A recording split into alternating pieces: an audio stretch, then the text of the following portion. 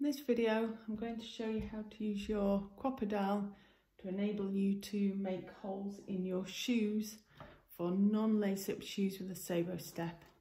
So in essence, we're going to be making these that are already in this shoe. The place you're looking to put them in your shoe is where there's a natural crease in your shoe. So on this shoe, it would be along this line. And I'm just going to use an old practice pair of shoes to show you. So you will have two clear bags with silver and black eyelets for you to choose which colour you'd like. And with the Crop A Dile itself, the starting setup is with this green slider.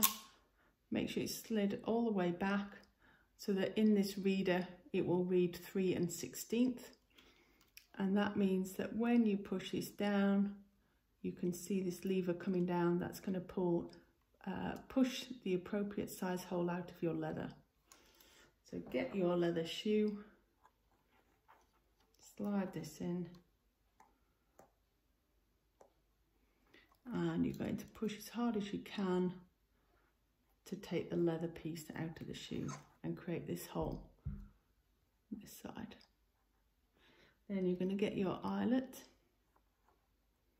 and just push that in.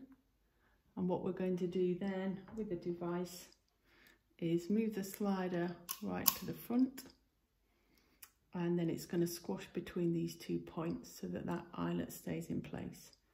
These will rotate round to give you different setups. You want the base plate to be at number 1, and the number 1 is embossed on the black plastic. And then the top plate will also rotate around, and you want the top plate to be on A, again embossed in the plastic, to push that through. If you're unsure, in the instructions that come with it, you've got this chart, and it's the top line chart that you're looking at. So letter A, the top plate, and number 1 for the base plate, and that's what matches 3/16 eyelet.